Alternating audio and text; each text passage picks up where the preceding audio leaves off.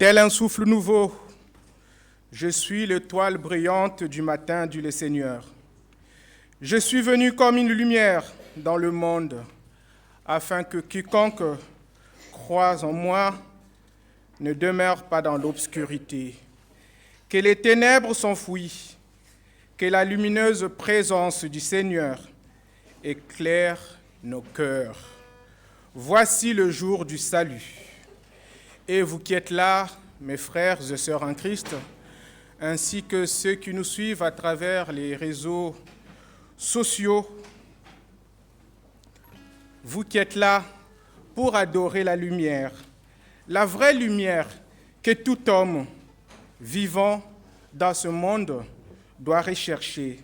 La grâce et la paix vous sont données en abondance par la connaissance de Dieu et de Jésus-Christ, notre Seigneur. Amen. Amen. Veuillez vous asseoir.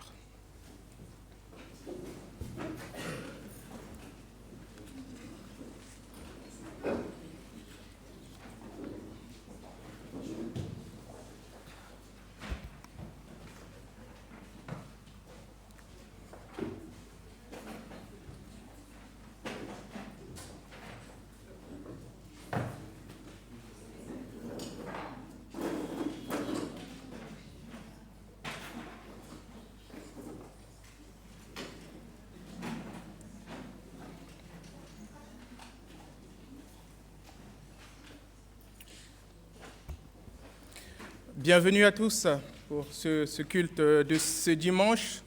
Certains ont l'habitude d'être ici et d'autres, c'est sans doute pour la première fois. Soyez tous les bienvenus. Beaucoup de visages qui me sont familiers. Sentez-vous ici comme chez vous, car vous êtes dans la maison du Seigneur. Amen.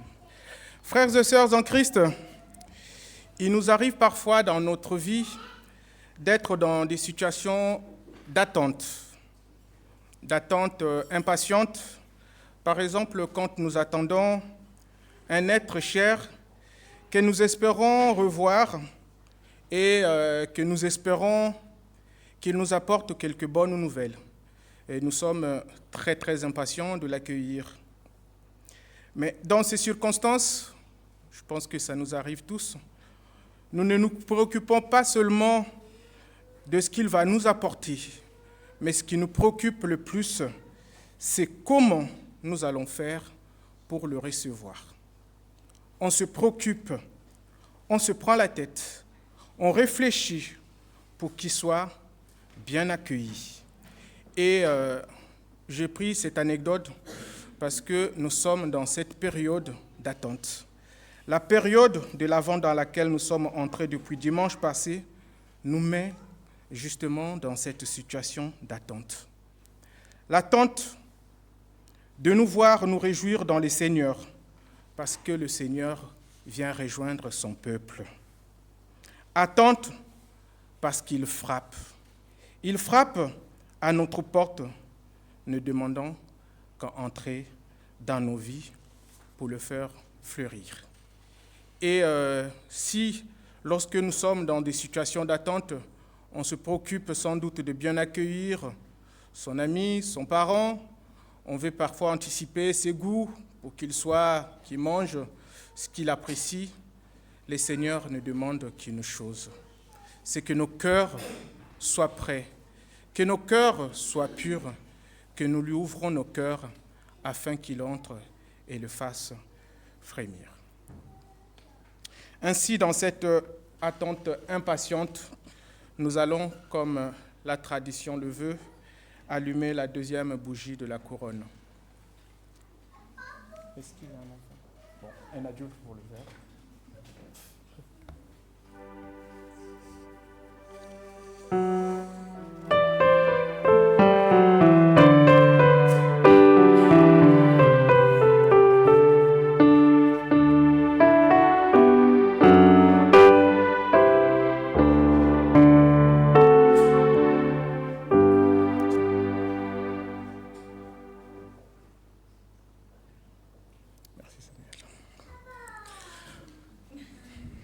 Je vous invite à la prière.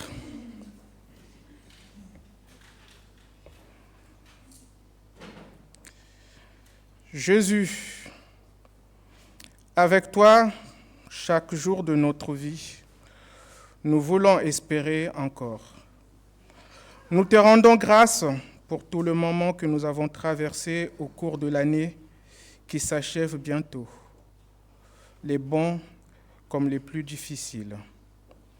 Si je traverse les ravins de la mort, dit le psaume, je ne crains aucun mal, car tu es avec moi. Nous venons dans cette humble prière murmurer ces paroles du psaume. Oui, tu es avec nous et nous t'en remercions. Jésus Emmanuel, Dieu est avec nous. Tu viens à notre rencontre. Ta présence nous surprend. Elle nourrit en nous cet élan qui ouvre nos cœurs à l'audace et à la confiance. Notre monde change. Nos repères s'ébrouillent. Mais toi, tu es là. Tu ouvres toujours un chemin. Amen.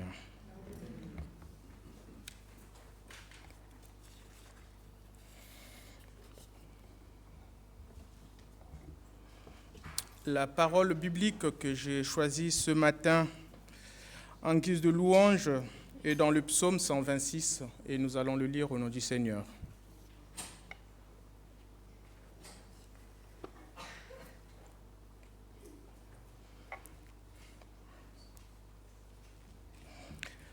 Quand le Seigneur a rendu son ancienne situation à Jérusalem, nous étions comme dans un rêve. Notre bouche était pleine de rire.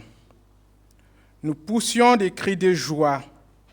Chez les autres peuples, on disait, le Seigneur a fait beaucoup pour eux. Oui, le Seigneur a fait beaucoup pour nous. Et nous sommes dans la joie. Seigneur, rends-nous notre ancienne situation, comme tu as fait revenir l'eau dans le désert de Negev. Ceux qui sèment dans les larmes récoltent en chantant. Le paysan s'en va. Il s'en va en pleurant, chargé de sacs de graines. Il revient en chantant, chargé de sa récolte.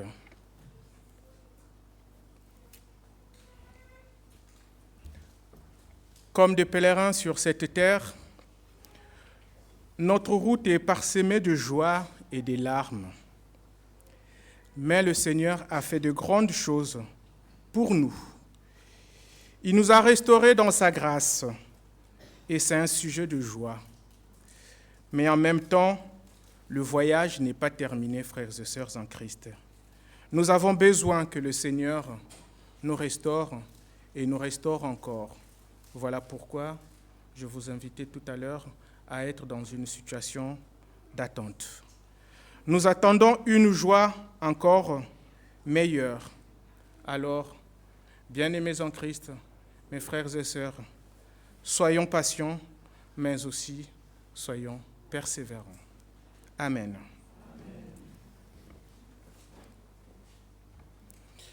C'est le moment des annonces. C'est toi qui fais les annonces, Arnaud ?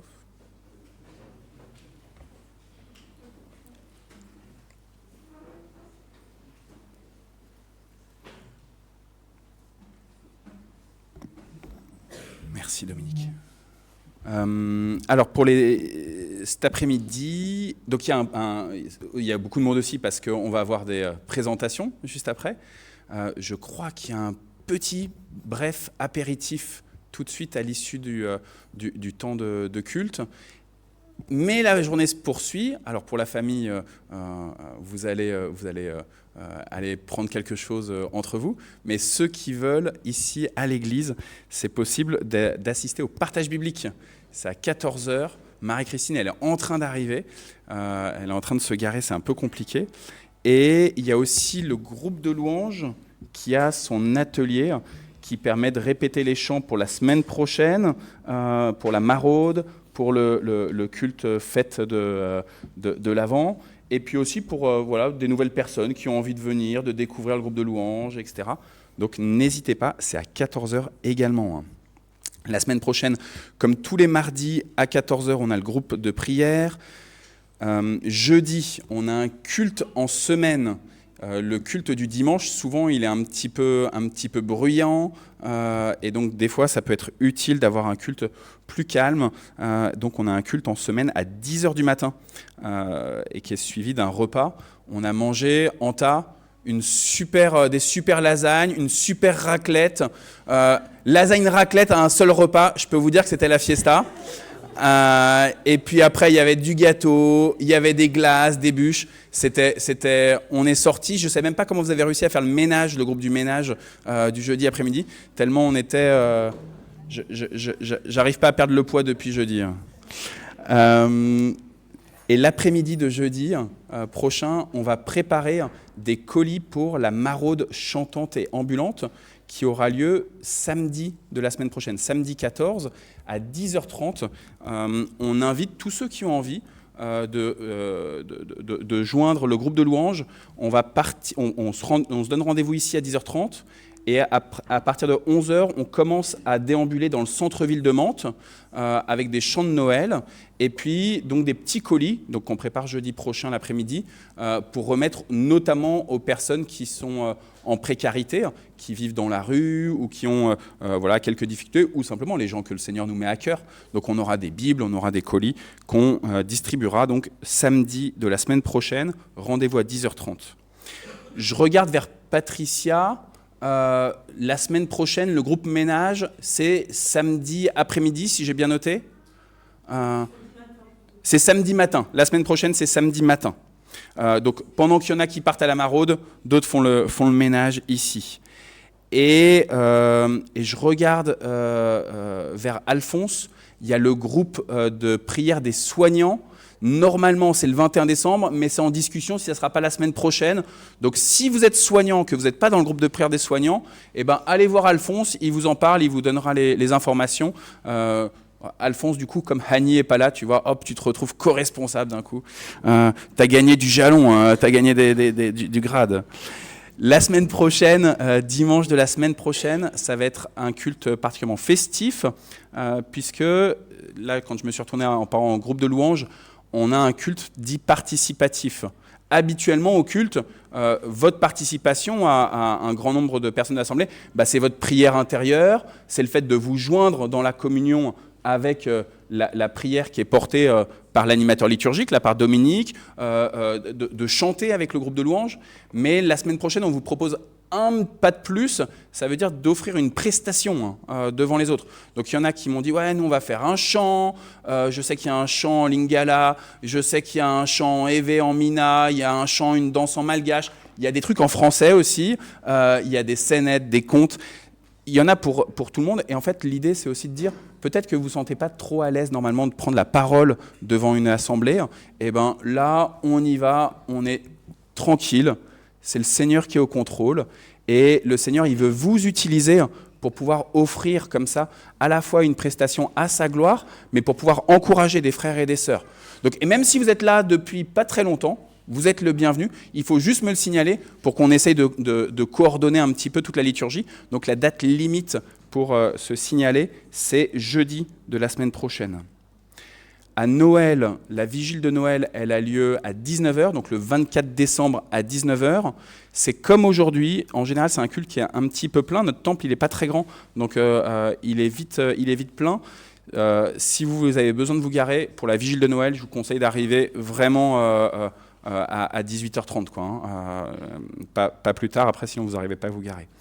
Et le 25 décembre, on a un culte à Noël, à 10h45, donc c'est un culte en semaine, mais voilà, c'est le 25 décembre. Et à l'issue de ce culte, il y a un repas, qui est un repas un peu particulier. Habituellement, dans cette église, je le dis pour ceux qui découvrent l'église pour la première fois, on fait des repas partagés. Chacun apporte ses spécialités, on met tous ensemble. La semaine dernière, c'est ce qu'on a fait, et ça marche bien comme ça. On ne se coordonne pas trop. Il y en a qui aiment bien faire du sucré, d'autres du salé. Et en fait, ça fonctionne comme ça, sans aucune coordination. Le Seigneur est au contrôle, c'est lui qui coordonne. Mais pour le 25, Isabelle, mon épouse et moi, on prépare un repas. On essaye de mettre les petits plats dans les grands. Et donc, du coup, là, on a besoin absolument que les gens se soient inscrits parce qu'on ne peut pas indéfiniment accueillir si on ne sait pas du tout sur combien de personnes on va tabler. Donc, inscription obligatoire pour le repas du 25 décembre. C'est un repas qui est en participation libre. Donc, si vous êtes sans aucun revenu, bah, vous venez les mains dans les poches. Et si vous avez quelque chose à donner, il y aura une petite corbeille à la fin de ce repas pour pouvoir accueillir vos dons qui ne sont donc pas obligatoires du tout. Hier, on avait conseil presbytéral. Stenzi, tu es toute bloquée au milieu, mais je sens que le Seigneur va te donner des ailes pour venir jusque devant et nous faire les échos du conseil.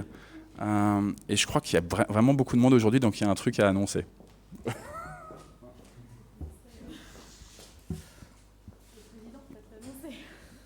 Il n'est pas là. Bon, bah, je représente le président alors.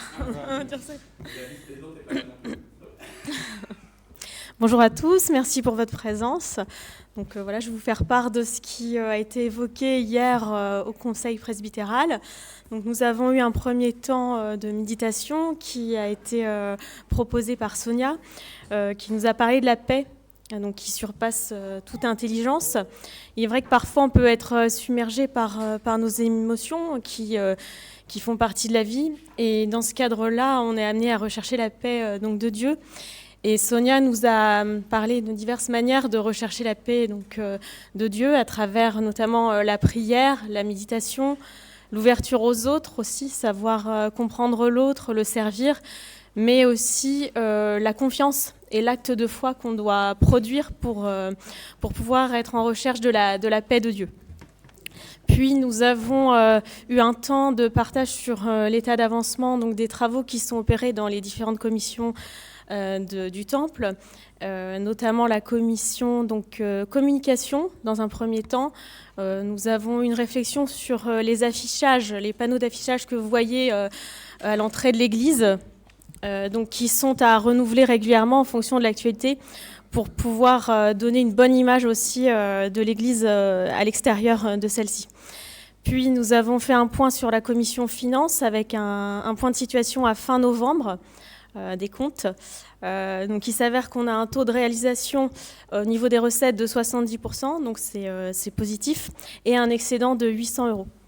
Ensuite, nous avons eu un point sur la commission sécurité avec une réflexion sur la mise en œuvre de différentes rampes d'accès pour faciliter l'accès justement des personnes à mobilité réduite vers le temple, depuis le portillon, mais aussi depuis d'autres zones d'accès pour que ce soit plus facile pour les personnes à mobilité réduite d'accéder à l'entrée du temple. Puis nous avons eu un temps important de réflexion, et là je me fais le représentant du président et de la vice-présidente pour vous annoncer cette nouvelle. Nous avons fait le constat donc d'une augmentation quand même substantielle et conséquente du nombre de paroissiens dans le temple, ce qui peut générer divers problèmes le dimanche matin pour accueillir l'ensemble des personnes et que chacun ait sa place dans le temple. Donc une des solutions proposées est de faire un second culte. Donc on voulait vous en faire part et on voulait vous dire qu'on vous propose de faire un sondage sur ce point pour recueillir votre avis sur cette idée-là qui nous semble la plus pertinente. Peut-être le matin pour des questions d'organisation, faire 2 cultes le matin, c'était une piste de réflexion que nous avons étudiée hier et on vous proposera dans les semaines qui viennent un sondage pour recueillir votre avis, pour savoir quel horaire serait le plus confortable pour vous. Et puis on récoltera aussi toute observation sur ce point, sur ce point-là. Toutes les idées sont bienvenues. Je crois que je n'ai rien oublié.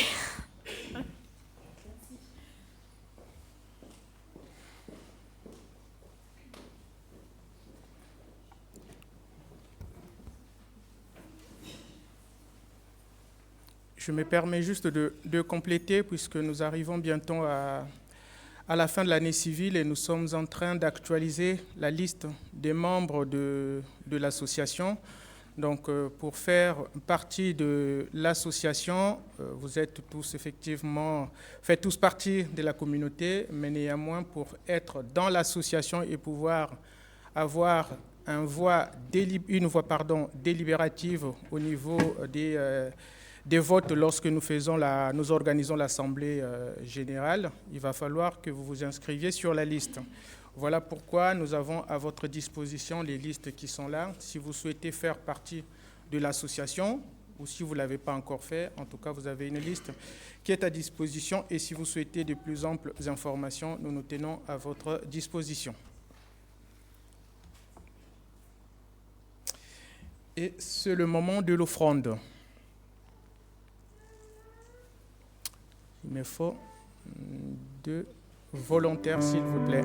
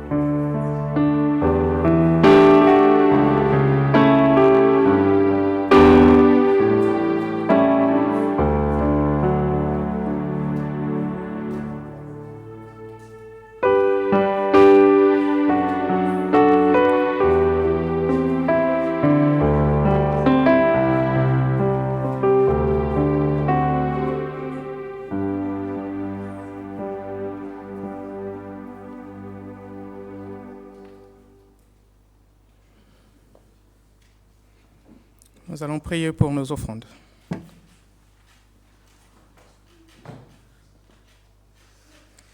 Seigneur notre Dieu, reçois avec bonté cette offrande que nous te présentons et que nous te consacrons d'un cœur joyeux pour qu'elle serve à la gloire et au bien de ton Église et à l'avancement de ton règne. Par Jésus-Christ notre Sauveur. Amen.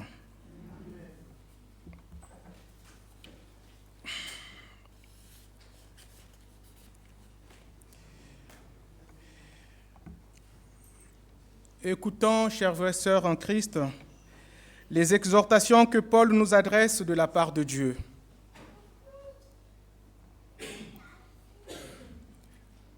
Veillez, demeurez fermes dans la foi. Soyez courageux, soyez forts. Agissez-en tout en amour. Aidez-vous les uns les autres. Aidez-vous les uns les autres à porter vos fardeaux. Vous obéirez ainsi à la loi du Christ. Rejetez le mensonge, que chacun dise la vérité à son prochain, car nous sommes tous ensemble membres d'un seul corps. Ainsi, il n'y a pas de division dans le corps, mais des différentes parties dont nous faisons tous partie. Oui, il n'y a pas de division dans le corps, mais les différentes parties ont tous un égal souci les uns des autres. N'attristez pas le Saint-Esprit de Dieu. En effet, c'est l'Esprit qui produit en vous l'amour, la joie, la paix, la patience, la bienveillance, la bonté, la fidélité, la douceur et la maîtrise de soi.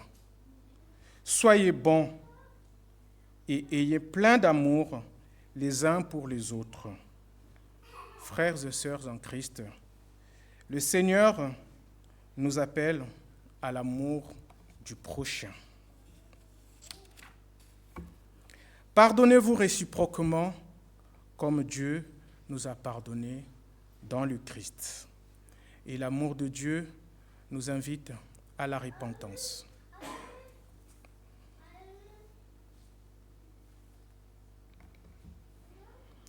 Dieu sonde nos cœurs et il aime la droiture.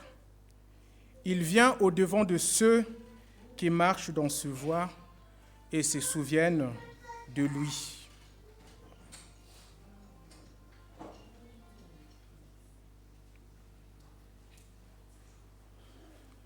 Ainsi, mes frères et sœurs en Christ, tournons-nous vers le Seigneur en écoutant et en méditant les 7 premiers versets du psaume 25 que je vais vous lire.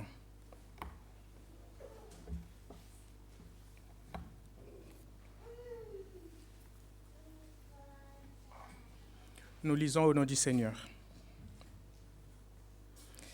Seigneur mon Dieu, je me tourne vers toi.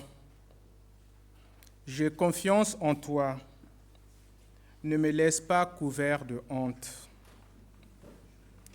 Que mes ennemis ne se moquent pas de moi. Pour ceux qui comptent sur toi, pas de honte. Mais la honte est pour ceux qui te trahissent. Qu'ils restent les mains vides. Seigneur, fais-moi connaître le chemin à suivre. Apprends-moi à vivre comme tu veux.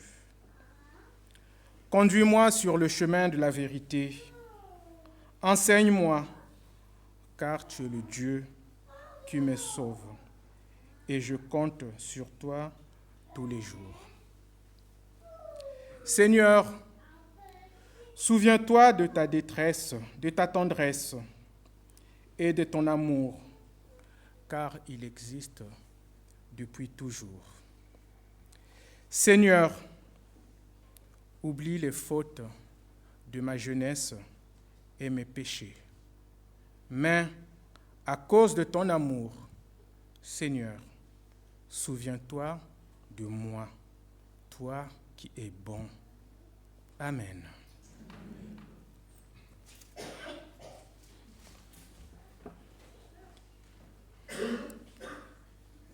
Le Seigneur a posé sur chacun de nous un regard d'amour, un regard de Père. Il accueille notre repentance et nous invite à recevoir et à vivre avec lui tout le jour son pardon et son amour. Voici la bonne nouvelle. En Jésus-Christ, vos péchés sont pardonnés. Ainsi, frères et sœurs en Christ, je vous annonce le pardon du Seigneur et l'absolution de tous vos péchés. Ainsi que tous ceux qui mettent leur confiance en Dieu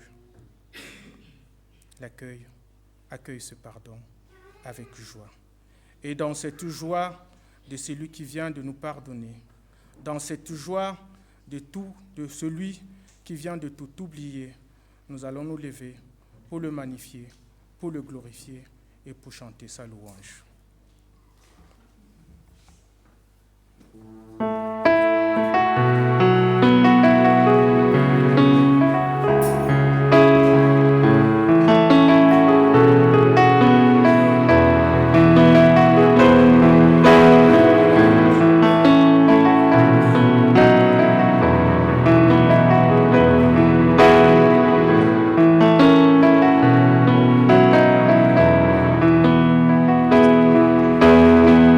Immensité de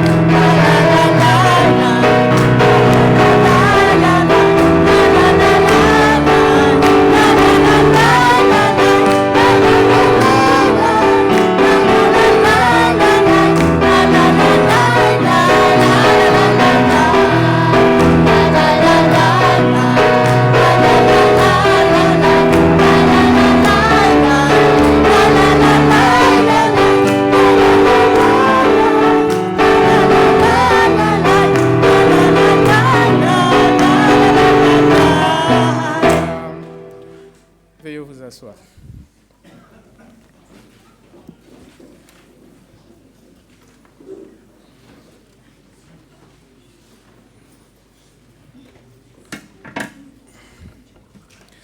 Rendez grâce en toutes circonstances. C'est ce que Dieu nous demande pour notre vie en Jésus-Christ. Telle est l'exhortation que l'apôtre Paul nous adresse. Ainsi, j'appelle Maëlys, Edna, Margot, les parents, parrains et marraines à vous approcher.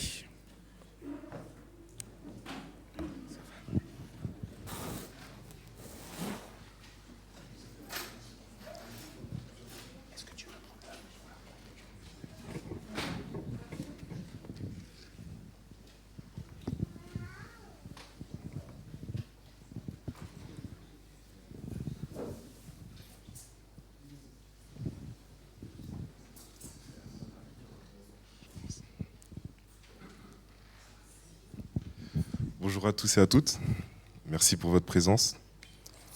Margot, aujourd'hui, je m'engage devant toi à t'accompagner, à te protéger, à te guider avec tout mon amour. Que ta vie soit remplie de lumière, de joie et de foi. Je veux te dédier ces mots, Nombre 6, verset 4. L'Éternel te bénira et te gardera. L'Éternel fera briller son visage sur toi et t'accordera sa grâce. L'Éternel tournera son visage vers toi et te donnera la paix, avec tout mon cœur.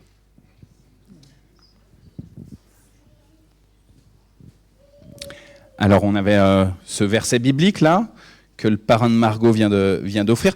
Il s'est un peu engagé en même temps. Je vous donne juste les instructions. Dans le psaume numéro 139, David loue Dieu en déclamant « Seigneur, tu regardes jusqu'au fond de mon cœur et tu sais tout de moi. Tu sais si je m'assieds, si je me lève, et longtemps d'avance tu connais mes pensées. C'est toi qui as créé ma conscience. C'est toi qui m'as tissé dans le ventre de ma mère. Je te loue d'avoir fait de moi une aussi grande et merveilleuse créature. Ce que tu réalises, Seigneur, est prodigieux, je le reconnais bien. Mon corps n'avait pas de secret pour toi quand tu me façonnais en cachette, quand tu me tissais dans le ventre de ma mère. Quand j'étais encore informe, tu me voyais. Dans ton livre, tu avais déjà noté toutes les journées que tu prévoyais pour moi, sans qu'aucune d'elles ait pourtant existé. Dieu a tissé l'une après l'autre dans le sein maternel. Alors, Margot, là, je la vois. Et puis, Maëlys et Edna, il faut juste que je penche un tout petit peu la tête pour vous voir. Dieu vous a tissé. Il vous connaît parfaitement. Les filles, il connaît déjà exactement ce qui va arriver à l'avenir pour vous. Il l'a conçu. Plus que leurs parents, parrains et marraines, plus que leur environnement, plus qu'elles-mêmes, Dieu les connaît. Il connaît chacun des projets conçus pour elles, permettant à la fois leur propre épanouissement, mais aussi l'épanouissement de ce monde. Elles sont importantes, toutes les trois, dans ce monde. Aujourd'hui, devant notre assemblée et portée par notre assemblée, en ce 8 décembre 2024, deuxième dimanche de l'Avent, nous voulons exprimer notre reconnaissance et affirmer, oui, Dieu a désiré à la fois Maëlys, la plus grande, et puis Edna, la cadette, et puis Margot, la benjamine. Pour ce monde, pour sa famille biologique et pour sa famille spirituelle. Par cette présentation, nous déclarons que Margot, Edna et Maëlys sont aimés de Dieu, notre Père. Par cette présentation, nous déclarons que Maëlys, Edna et Margot sont appelés à aimer Dieu de tout leur cœur, de toute leur âme, de toute leur force. Par cette présentation, nous demandons à Dieu son assistance pour que chaque jour de leur vie terrestre, à Margot, à Edna et à Maëlys, elle puisse découvrir et apprécier de plus en plus Dieu, jusqu'à ce qu'elle puisse, à un moment, demander de recevoir le baptême et d'être ainsi dans l'Église, devant l'Église, pleinement enfant de Dieu. Alors, frères et sœurs, je ne sais pas si vous les connaissez, Maëlys, Edena et Margot. Alors, est-ce que peut-être les parents ou parrains marraines veulent nous dire qui elles sont? Elles ont quel âge? Qui elles sont, ces trois puces?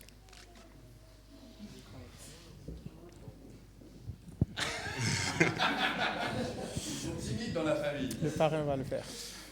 Margot, la petite dernière, toujours accueillante, toujours elle demande à ce qu'on la porte.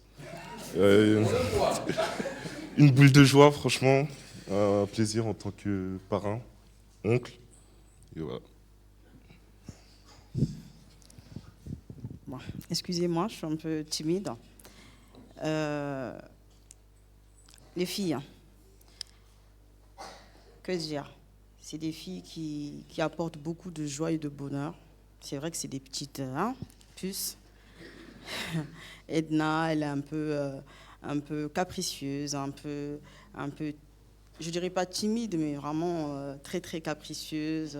Il suffit d'un petit truc, elle se met à pleurer, elle se met dans son petit coin. Et la grande sœur qui est toujours là à rappeler à sa petite sœur que voilà, il faut pas faire ceci, il faut pas faire cela, mais vraiment beaucoup beaucoup beaucoup d'amour. Et que dire, que du bonheur, que Dieu les accompagne encore et encore. Ça continue comme ça. Amen.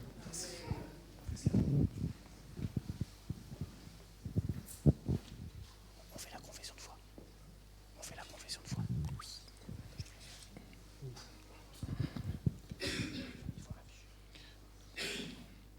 Nous allons nous lever pour affirmer notre foi.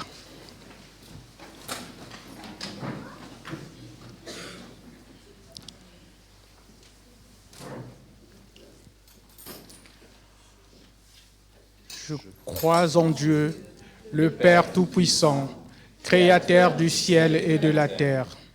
Je crois en Jésus-Christ, son Fils unique, notre Seigneur, qui a été conçu du Saint-Esprit et qui est né de la Vierge Marie. Il a souffert sous Ponce Pilate, il a été crucifié, il est mort, il a été enseveli, il est descendu aux enfers. Le troisième jour, il est ressuscité de mort. Il est monté au ciel, il siège à la droite de Dieu, le Père Tout-Puissant.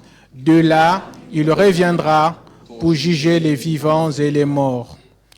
Je crois au Saint-Esprit, la Sainte Église universelle, la communion des saints, la rémission des péchés, la résurrection de la chair et la vie éternelle. Amen. Veuillez vous asseoir. Et puis alors on a entendu le parrain qui a commencé un petit peu à s'engager. Est-ce que tu veux dire quelque chose encore complémentaire à Margot? Et puis après on va donner le micro à la marraine si elle veut dire un engagement particulier aussi pour les deux grandes. Plutôt auprès des parents, notamment à ma cousine. J'aimerais lui dire que je serai toujours l'épaule sur qui elle pourra se reposer, notamment pour sa fille, et pas que sa fille, ses autres filles. Et voilà. Moi, j'aimerais vous parler, les filles, vous dire quelques mots. Voilà, on a déjà eu à partager, mais aujourd'hui, j'aimerais vous faire comprendre, enfin, je m'engage aujourd'hui encore plus, parce qu'avant, vous me voyez moi, parce qu'on vit vraiment à l'opposé. Mais aujourd'hui, avec cet engagement-là, je m'engage d'être une épaule de plus dans votre vie, une sorte de deuxième maman, une épaule sur qui vous pourriez vous reposer dans le bonheur, dans le malheur, dans la tristesse, dans la joie, et pas que dans le bonheur, hein, même quand il faut gronder aussi, hein, mais surtout vous accompagner durant tout ce processus. Et comme on dit, hein, il y a la parole de Dieu qui dit « Laissez venir à moi les enfants, car le royaume de Dieu leur appartient ». Donc c'est vraiment un bonheur de vous avoir dans la vie. Vous êtes vraiment des anges et continuez à être sages. Et ainsi, Dieu nous donnera la force d'aller plus loin. Hein?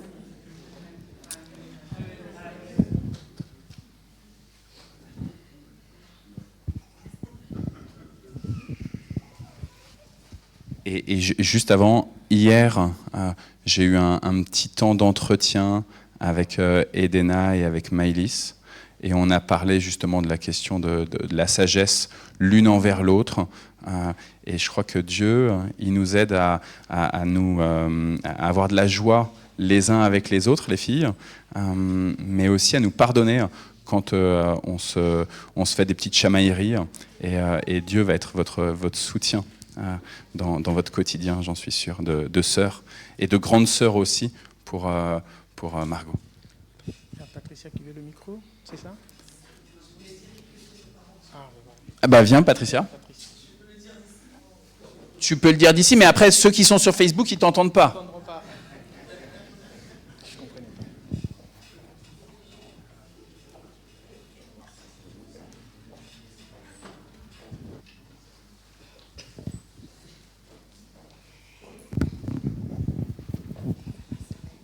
Merci. Bonjour, peuple de Dieu. Moi, je me tiens en fait devant vous juste pour parler aux parents. Parce que cette journée, en fait, j'ai été un peu... le jour où... je vais commencer un peu comment ça s'est passé. Un jour, excusez-moi, je suis un peu émue. Rebecca, c'est ma fille de cœur. C'est ma fille de cœur. Mais vraiment ma fille de cœur, quand je les compte, je la compte en deuxième position parce que j'ai 3 filles de cœur. Donc, je la compte en deuxième position. Donc, alors, Rebecca, moi, c'est maman. Et les 3, je suis mamie. Donc, le jour où Rebecca m'appelle, me dit, mamie, j'ai envie que tu emmènes les enfants à l'école de dimanche. Je dis, waouh, c'est à moi qu'on demande ça. Et je suis venue le lendemain, quand j'ai emmené les 3 filles au culte. J'ai remercié mon Dieu parce que pour moi, c'était juste waouh, quoi.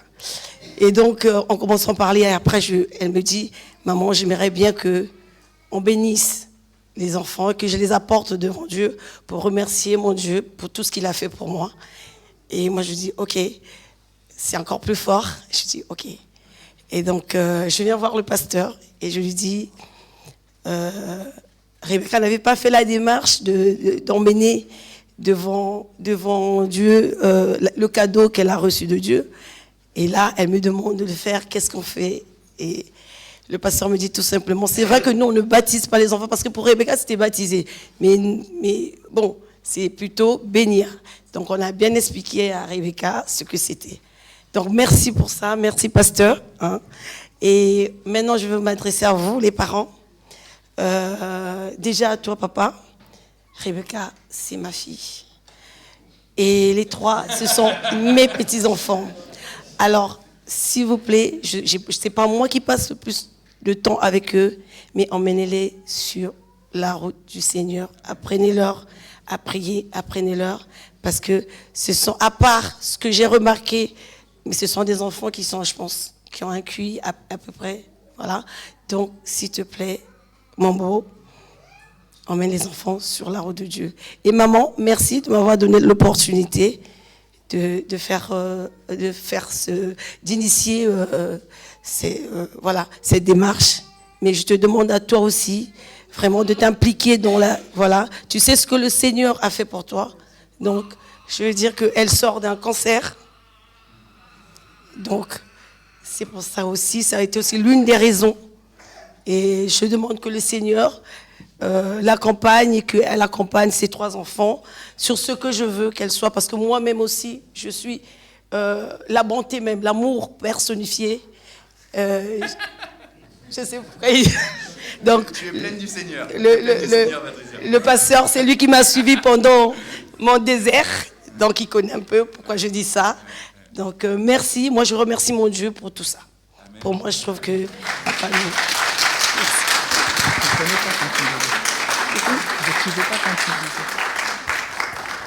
Le Seigneur t'a fait grâce, en effet, Patricia, et on se réjouit que tu sois avec nous.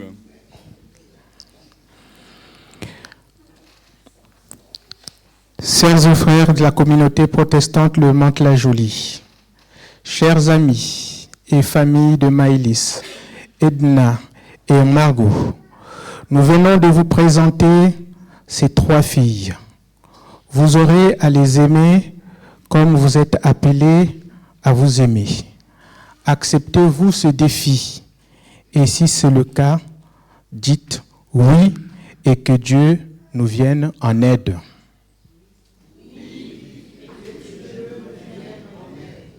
Vous devrez, avec les parents, parrains et marraines, élever Maëlys, Edena et Margot, afin qu'elles découvrent en Jésus un grand frère, en Dieu un Père et en l'Esprit Saint un soutien. L'acceptez-vous? Si tel est le cas, dites à nouveau oui et que Dieu nous vienne en aide. Vous devrez également soutenir les parents, parrains et marraines, dans leur autorité parentale et dans l'influence qu'ils exerceront ensemble envers Maëlys, Edena et Margot. Pour cela, vous prierez pour eux et vous les aiderez à prendre soin de leur famille. Vous y engagez-vous? Si oui, dites oui et que Dieu nous vienne en aide.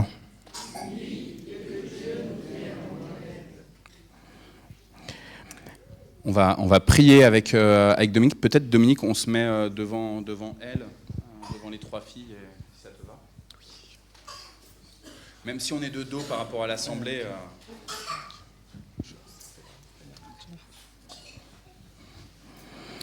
Maëlys, Edena, Margot, le Dieu de Jésus-Christ, notre Seigneur et notre Maître, se tient à vos côtés. Que votre cœur soit réceptif à tout l'amour et à tous les projets qu'il a pour vous. Que vous puissiez reconnaître sa voix dans toute la cacophonie de ce monde.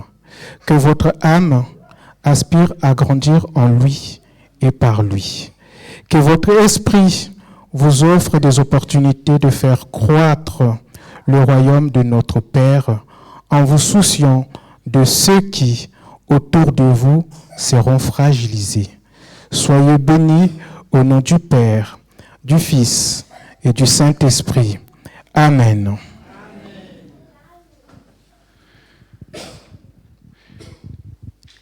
Vous pouvez évidemment, dans ce temps de prière que Dominique vient de faire, prier aussi déjà pour ce temps de consécration des trois filles à notre Seigneur. Je leur ai mis aussi un peu d'huile sur le front. On bénit le Seigneur de la sœur qui nous a ramené de l'huile d'Israël, de Terre Sainte, pour pouvoir bénir les enfants. Dans l'Ancien Testament, dans le Premier Testament, on rappelait sans cesse que ceux qui sont choisis par Dieu, ils reçoivent une onction comme ça d'huile sur eux.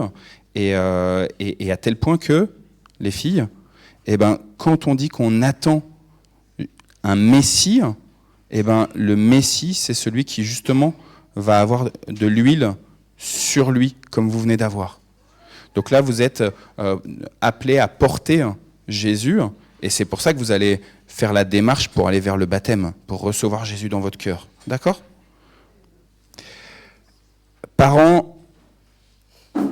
Parrain et marraine, que notre grand frère et maître Jésus-Christ se tienne à vos côtés, qu'il vous permette de prendre du temps ensemble pour vous apprécier, pour vous aimer et pour offrir à Maëlys, à Edena et à Margot un modèle d'attention, d'écoute, d'humilité, d'audace, de bienveillance, de rigueur, de persévérance, de pugnacité. Qu'un seul esprit vous anime, celui que l'on nomme l'Esprit Saint. Amen. Et je vous invite à reprendre place. Et les filles, vous vouliez aller voir les autres enfants de l'autre côté avec Isabelle, avec Vaïna, avec Noël. Je vous laisse passer par là-bas si vous voulez. On peut applaudir le Seigneur, c'est lui qui bénit.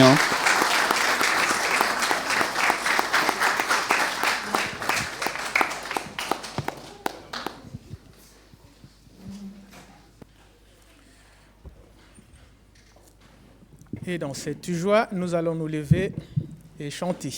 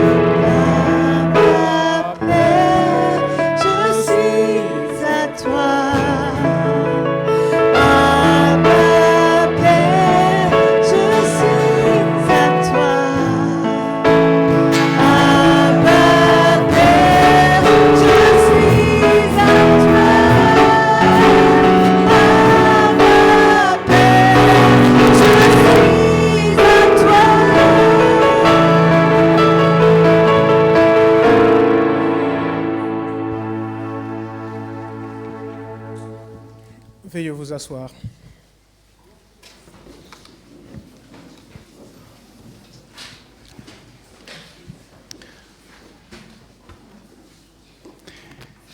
Nous prions. Seigneur notre Dieu, tu as envoyé ton esprit à travers cette onction, à travers ces mains bénissantes, à travers ces prières de ton assemblée sur Maëlys, sur Edena et sur Margot. Nous te prions, Seigneur, maintenant que ton esprit vienne envahir nos cœurs à chacune, chacun. Qu'il vienne bousculer tout ce qui essaye de prendre ta place en nous. Fais-nous prendre conscience, Seigneur, de ce qui, dans notre vie, occupe une autorité qui n'est pas la tienne. Et prends toute la place, Seigneur. Nettoie la maison que nous sommes et occupe-la par ton esprit. Amen. Chers amis, aujourd'hui, on va lire un texte dans le Premier Testament, dans un livre qui s'appelle le livre de Michée. C'est un prophète dans le Premier Testament. Et Michée, c'est un petit prophète. Son livre biblique n'est pas très très long, donc il fait partie de la série des 12 petits prophètes. Michée, il a prophétisé vers les années moins 700. C'est un moment où il y avait un empire, l'empire assyrien, qui commençait à l'est de la Terre Sainte de prendre beaucoup de place. Il était très conquérant. Et donc, il y avait tout un questionnement de savoir jusqu'où ils vont étendre leur propre territoire. Est-ce qu'ils vont arriver jusqu'en terre de Canaan, en terre sainte? Est-ce que nous allons être dépossédés de notre terre? Et le prophète Michée, donc on pense qu'il a commencé vers moins 740, moins 730 à peu près, à prêcher. Il a prêché en terre de Canaan, dans le nord et dans le sud. Ou plutôt, il a prêché pour la partie du nord et pour la partie du sud. Souvent, les prophètes du Premier Testament, ils avaient l'habitude de prêcher juste pour une partie du territoire. Souvent, Dieu, quand il envoie des prophètes, de la même manière que quand il envoie des juges avant les rois, eh ben, ils viennent pour un territoire particulier. Parce qu'on ne peut pas s'adresser à tout le monde en une fois. Il est plus facile de s'adresser à un groupe, à une famille, et éventuellement à un village, à une ville, et éventuellement à un département. On n'est pas tous des Billy Graham prêts à faire des croisades dans le monde entier et à nous adresser au monde entier. Sauf que Michée, lui, il va s'adresser à la fois au royaume du Nord et au royaume du Sud. Et ce qu'il va dire dans ses premiers chapitres, chapitres 1, 2 et 3, c'est que, et dans le royaume du Nord, et dans le royaume du Sud, eh ben, le comportement des élites, le comportement des religieux, le comportement des commerçants, le comportement de tout le monde, eh ben, est défaillant et n'est pas le comportement que Dieu désire. Chacun, dans sa propre responsabilité, dans les missions qui lui incombent en tant que membre du peuple élu de Dieu, eh ben, a une histoire, a des relations, a des paroles qui ne correspondent pas à ce que Dieu veut. Et Michée, donc, dans ses premiers chapitres, chapitres 1, 2 et 3, il annonce la condamnation et du royaume du Nord et du royaume du Sud. Le royaume du Nord va tomber très vite, en fait, par l'Empire assyrien. Le royaume du Sud va tomber un peu plus tardivement. Il va y avoir un peu plus d'une centaine d'années qui vont passer. Mais Michée, il est là et c'est un oiseau de mauvais augure. Il n'y a personne qui a envie, j'imagine, parmi vous, d'avoir quelqu'un qui dit « T'as fait trop de bêtises, c'est foutu pour toi. T'avais une belle maison, t'avais un bel appartement, t'avais une belle famille, t'avais un beau travail, t'avais des belles relations, t'avais des bons amis. Eh bien, t'as trop abusé et tu vas tout perdre. » Pourtant, c'est ce que Michée y fait. Pendant 3 chapitres, il est là et il charge la mule. Il est là, il vient nous mettre face à nos réalités. Nos réalités. Parce que nous, aujourd'hui, en 2024, on lit Michée pas seulement comme un prophète pour l'Ancien Testament, mais pour nous aussi. Et il vient nous dire, sois corrigé par le Seigneur. C'est lui qui te donne, c'est lui qui peut te reprendre. Si tu n'agis pas droitement, il va te reprendre. Donc crains le Seigneur. Ça fait peur, non ? Parce que si on est en vérité, eh ben, avant même d'arriver ce matin au temple, avant même de venir pour ce moment de fête, eh ben, on a déjà eu des paroles, des pensées, des gestes malencontreux. Pour une fois, je ne me suis pas embrouillé avec mes enfants avant le culte, mais combien de fois ça arrive ? Et je me souviens quand je devais prendre les transports, là c'est facile, j'habite à côté maintenant, mais quand je devais prendre les transports, combien de fois dans la voiture, on se prenait la tête parce qu'on était en retard, parce que les enfants n'étaient pas bien habillés, parce que je ne sais pas quoi. Il y avait toujours quelque chose, une bonne raison de se prendre la tête. Je ne sais pas, vous, ce qu'il y a pu avoir aujourd'hui, depuis votre réveil. Mais on entend, avec ces chapitres 1, 2 et 3 de Michée, que ce serait juste que nous soyons sévèrement punis. Et pourtant, et on arrive, merci Lorenzo d'avoir patienté, on arrive donc au chapitre 4, et vous allez voir, là je vous ai expliqué un peu le contexte, vous allez voir ce que Michée annonce. Un jour viendra où la montagne de la maison du Seigneur sera fermement établie au sommet des montagnes, et elle se dressera au-dessus des collines. Alors des peuples afflueront vers elle. Si tu peux aller au verset 2. Des foules nombreuses s'y rendront, et elles diront « En route, montons à la montagne du Seigneur, à la maison du Dieu de Jacob. Il nous enseignera ce qu'il attend de nous, et nous suivrons ses chemins. En effet, c'est de Sion que vient l'enseignement du Seigneur, c'est de Jérusalem que nous parvient sa parole. Il rendra son jugement entre une multitude de pays. Il sera un arbitre pour des peuples puissants, même lointains. Avec leurs épées, ces peuples puissants, même lointains, ils forgeront des socs de charrues. Et avec leurs lances, ils feront des faucilles.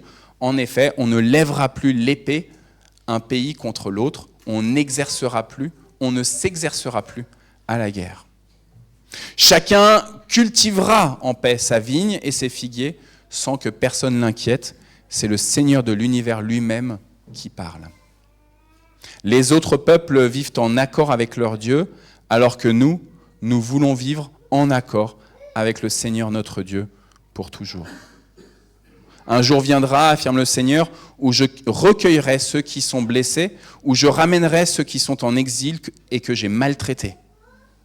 Je ferai des blessés un reste qui survivra, de ceux qui sont en exil un peuple puissant. Le Seigneur régnera sur eux depuis la montagne de Sion, dès maintenant et pour toujours. Et toi, colline de Jérusalem, qui veille sur le peuple comme une tour de garde, tu retrouveras bientôt ton autorité d'autrefois. Jérusalem sera de nouveau la capitale du royaume. Parole du Seigneur. Alors c'est extrêmement intéressant, vous voyez ce chapitre 4, après avoir annoncé la condamnation, la juste condamnation de la part de Dieu, alors que Michée il vient et il dit « Vous allez tout perdre ». Vous allez perdre votre terrain, vous allez perdre vos champs, vous allez perdre vos cultures, vous allez perdre vos vignes, vous allez perdre vos maisons, vous allez être déracinés complètement de ce territoire parce que ce territoire, c'est moi qui ai décidé de le donner.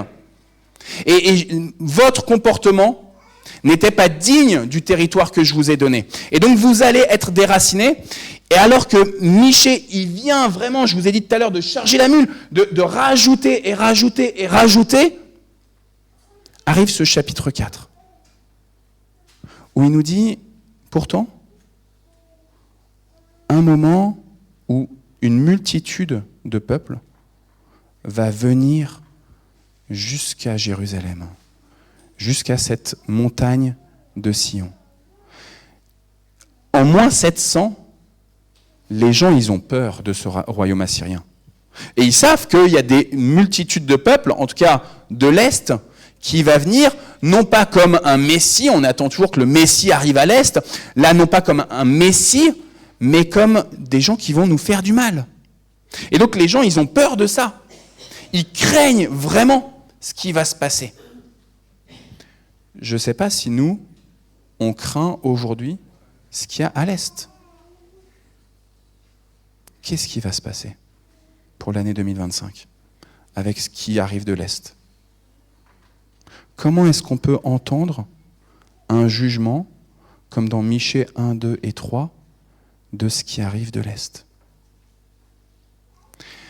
Pourtant, sœurs et frères, il y a ce chapitre 4 qui vient dire, oui, des gens vont venir, une multitude de peuples va venir, mais pourquoi faire en fait? Pour adorer le Seigneur notre Dieu. Alors que le peuple juif, le peuple hébreu, a peur de cette migration, de cette colonisation forcée, de cette déportation qu'il va y avoir, Dieu vient leur dire, des gens de toutes les nations vont venir jusqu'ici pour adorer le Seigneur Dieu. Et pourquoi est-ce qu'ils vont venir jusqu'ici? Il y a un truc un peu étonnant. Lorenzo, est-ce que tu peux nous remettre le premier verset de Michée 4, s'il te plaît? Alors il faut du coup que tu remontes, je suis désolé parce que je t'avais expliqué tout à l'heure pour mettre les chants d'après. Alors juste le verset encore avant. Un jour viendra où la montagne de la maison du Seigneur sera fermement établie au sommet des montagnes, et elle se dressera au-dessus des collines. Juste ce verset-là, on le laisse un petit peu, Lorenzo, s'il te plaît. Juste, quand j'ai lu ça, j'ai essayé d'imaginer ce que ça voulait dire. Parce que c'est comme un peu étonnant. Je sais que Jésus, il a dit, si vous avez la foi comme une graine de moutarde, comme une graine de sénévé, tu pourras dire à cette montagne de se jeter dans la mer et elle va le faire. Mais là, concrètement, alors déjà, quand Jésus me dit ça, moi j'ai tendance un peu rationnellement à me dire, bon, ça doit être une image, une figure de style de la part de Jésus. Mais là, la montagne va être fermement établie au sommet des montagnes.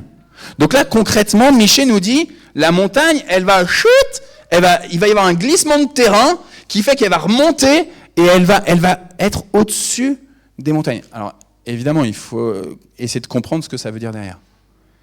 On a un indice quand ça nous parle de la maison du Seigneur. Sur quoi, à partir de quoi un Seigneur y règne? Eh bien, dans toute la Bible, on nous fait découvrir un objet particulier sur lequel un Seigneur s'installe, et c'est un trône. Quand Michée vient nous parler ici d'une montagne qui glisse comme ça, au lieu d'aller vers le bas, qui glisse vers le haut pour être au sommet de toutes les autres montagnes, c'est pour nous dire un trône qui vient s'installer. Un trône de gloire qui vient au-dessus de tout. Et parce que ce trône de gloire, il est au-dessus des sommets de toutes les montagnes, alors il est visible de loin.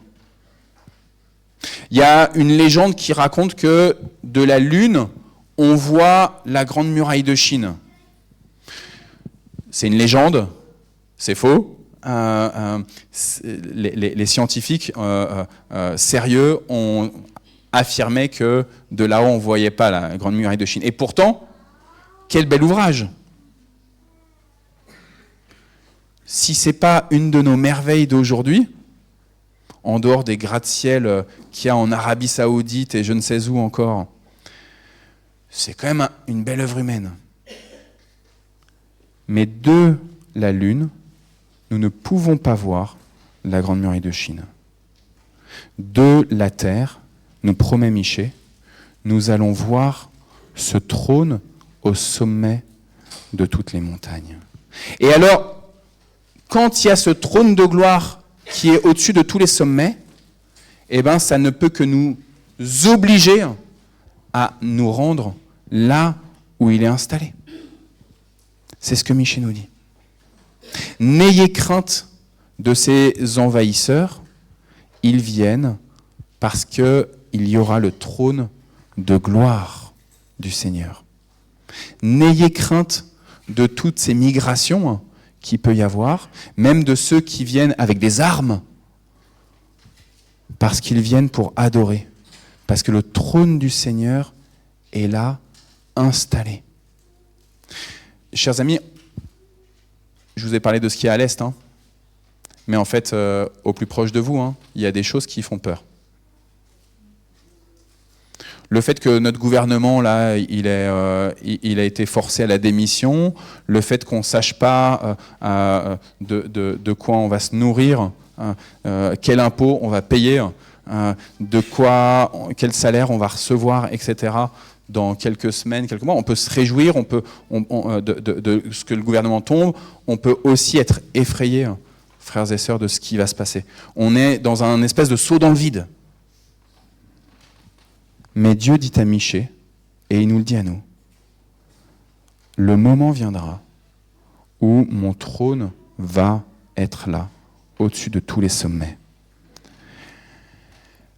Alors, dans le Nouveau Testament, je l'ai oublié de le mettre, Lorenzo, le texte, malheureusement, mais dans le Nouveau Testament, on nous parle d'un trône, beaucoup dans l'Apocalypse, mais aussi dans l'évangile selon Matthieu. Et dans l'évangile selon Matthieu, dans la fin de l'évangile selon Matthieu, eh ben, Jésus nous dit qu'il va y avoir le temps du jugement, et il nous dit, quand le Fils de l'homme viendra dans sa gloire avec tous les anges, il siégera sur son trône royal. Quand le Fils de l'homme viendra dans sa gloire avec tous les anges, il siégera sur son trône royal. C'est une promesse que Jésus fait, qu'il va venir avec ce trône de gloire, ce trône qui dirige l'ensemble du monde. Donc on voit bien qu'il y a une cohérence entre ce que Michée a annoncé en moins 700 et ce que Jésus annonce au début de notre ère, et qui concerne peut-être quelque chose de plus tard, quand le Fils de l'homme viendra dans sa gloire, avec tous les anges, il siégera sur son trône royal. Vous allez me dire, ok, mais ça n'empêche que ça, c'est dans l'avenir. Nous, aujourd'hui, qu'est-ce qu'on fait? Est-ce qu'on a raison ou pas d'avoir peur?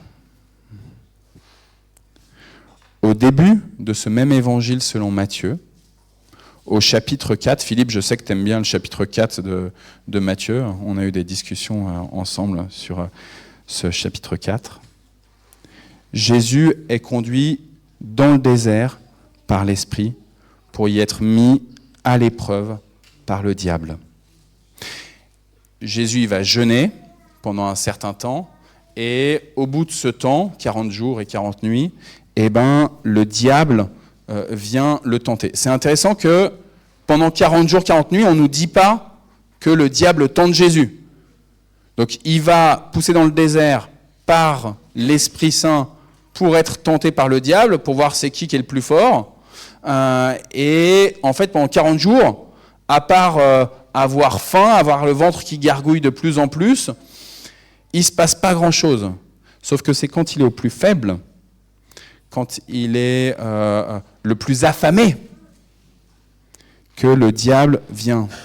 Le texte nous dit, le tentateur vient. Il va à 3 reprises essayer de l'obliger à l'adorer. Et voici la 3e. Écoutez bien, c'est le verset 8 de Matthieu 4.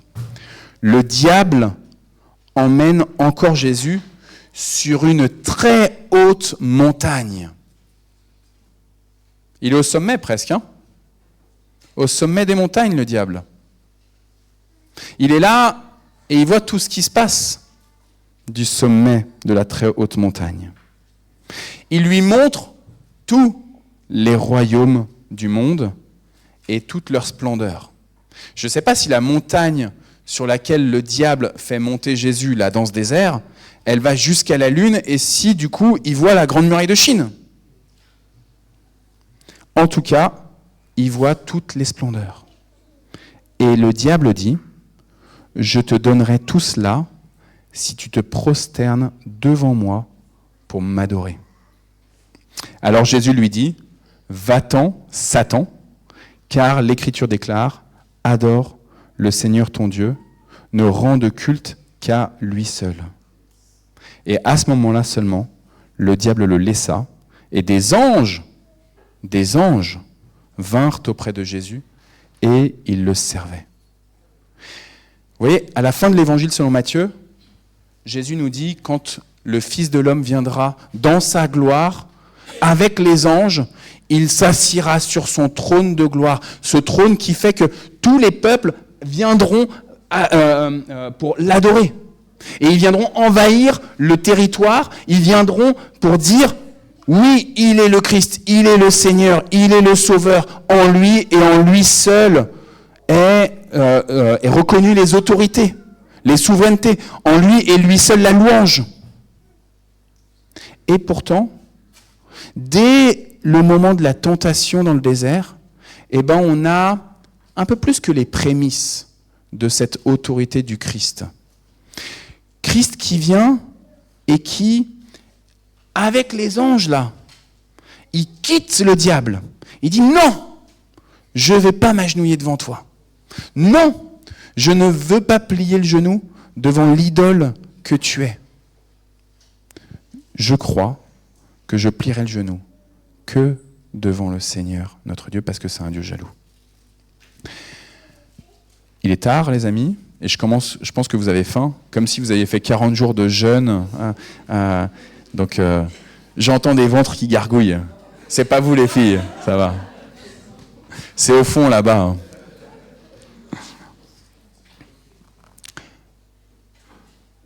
Frères et sœurs, on est dans la période de l'Avent, on est dans la marche vers Noël.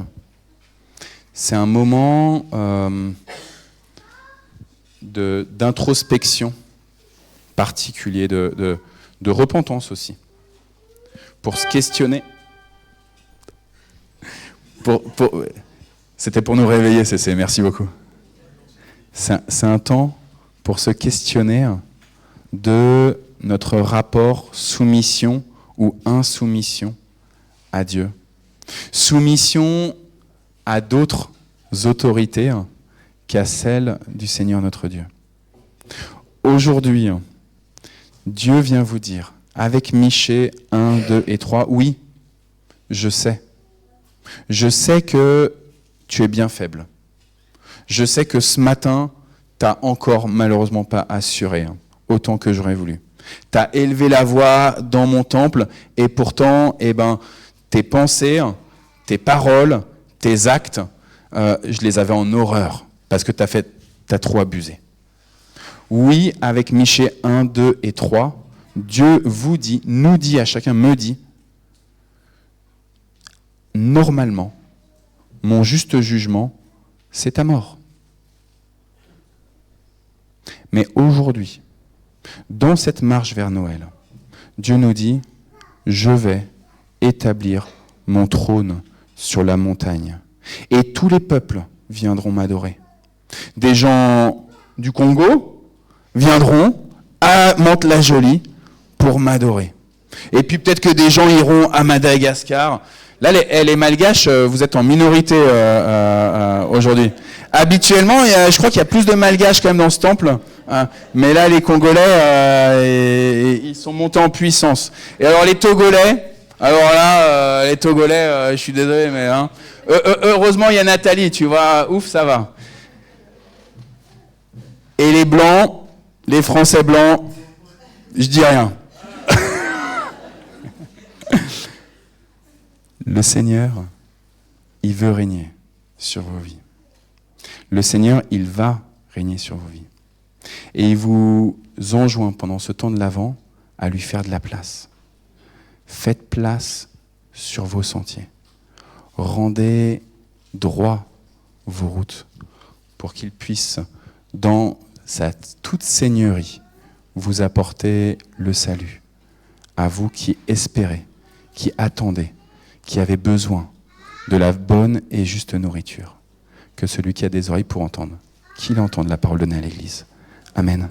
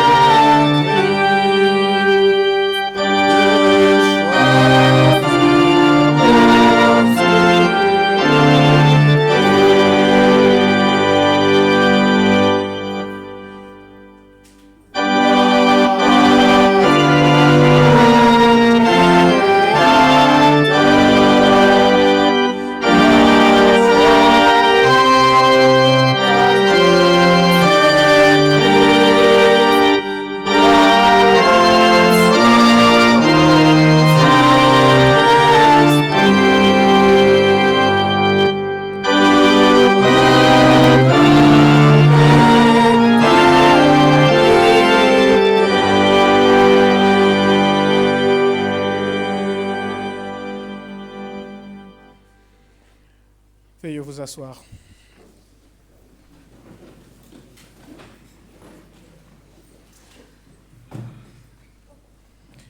Et je vous invite à la prière d'intercession.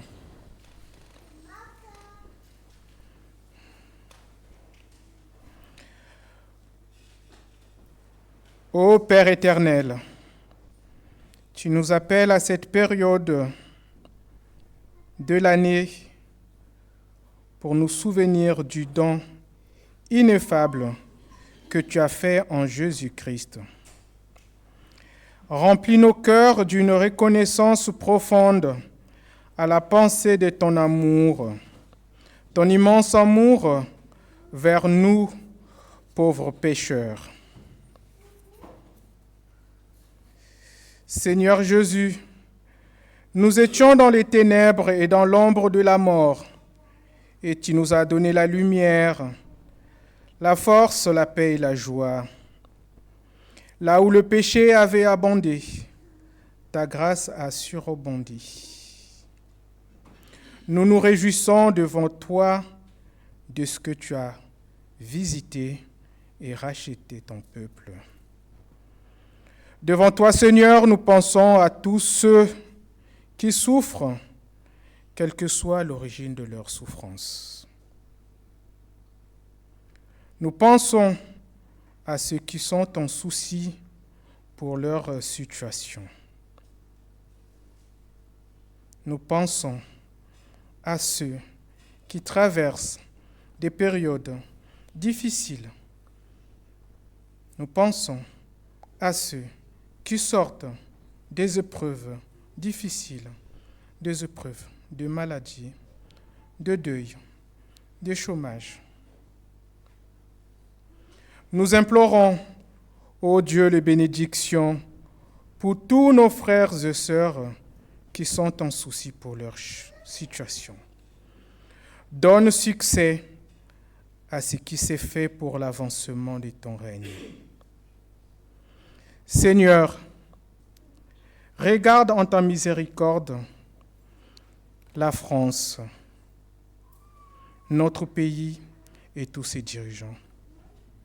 Seigneur, regarde en ta miséricorde le monde dans sa globalité.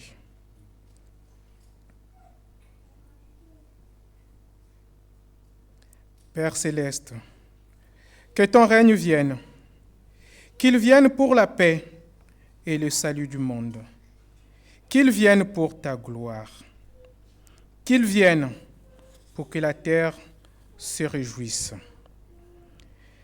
Et d'une seule voix, nous te disons tous ensemble cette prière que Jésus nous a apprise. Notre Père qui es aux cieux, que ton nom soit sanctifié, que ton règne vienne, que ta volonté soit faite sur la terre comme au ciel. Donne-nous aujourd'hui notre pain de ce jour. Pardonne-nous nos offenses, comme nous pardonnons aussi à ceux qui nous ont offensés. Ne nous laisse pas entrer en tentation, mais délivre-nous du mal, car c'est à toi qu'appartiennent le règne, la puissance et la gloire, pour des siècles des siècles. Amen.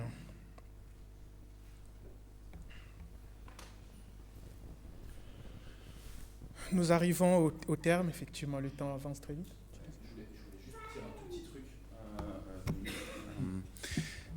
Il y a un certain nombre de personnes qui sont nouvelles ici, en visite, ou peut-être que ça sera votre église. Il commence à se faire tard. Vous avez peut-être envie de faire pipi.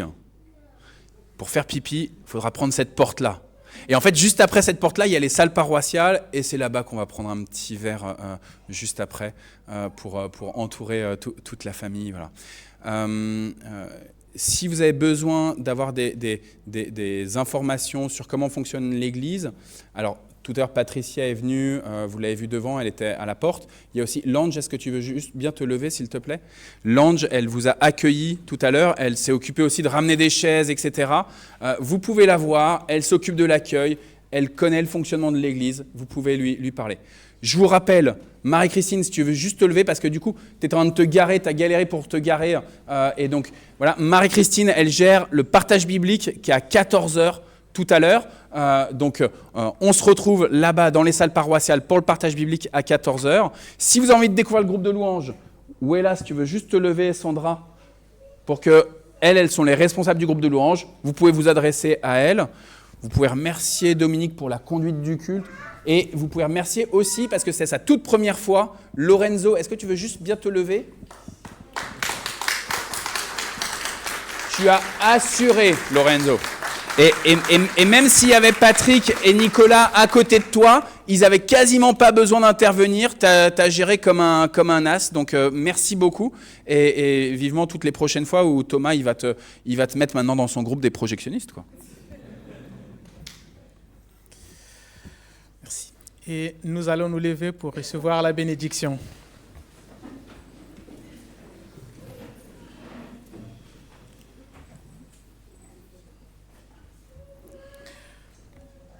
Vous êtes la lumière du monde. Que votre lumière brille devant les hommes. Que notre lumière brille ainsi par la parole et par les actes. Et pour que cela soit possible, nous recevons la bénédiction de Dieu. Que Dieu, notre Père, par sa présence et sa parole, vous accompagne et vous conduise, qu'il vous fortifie et qu'il vous donne la paix. À lui seul soit le règne et la gloire au nom de Jésus-Christ. Amen. Et nous restons debout pour chanter notre dernier chant.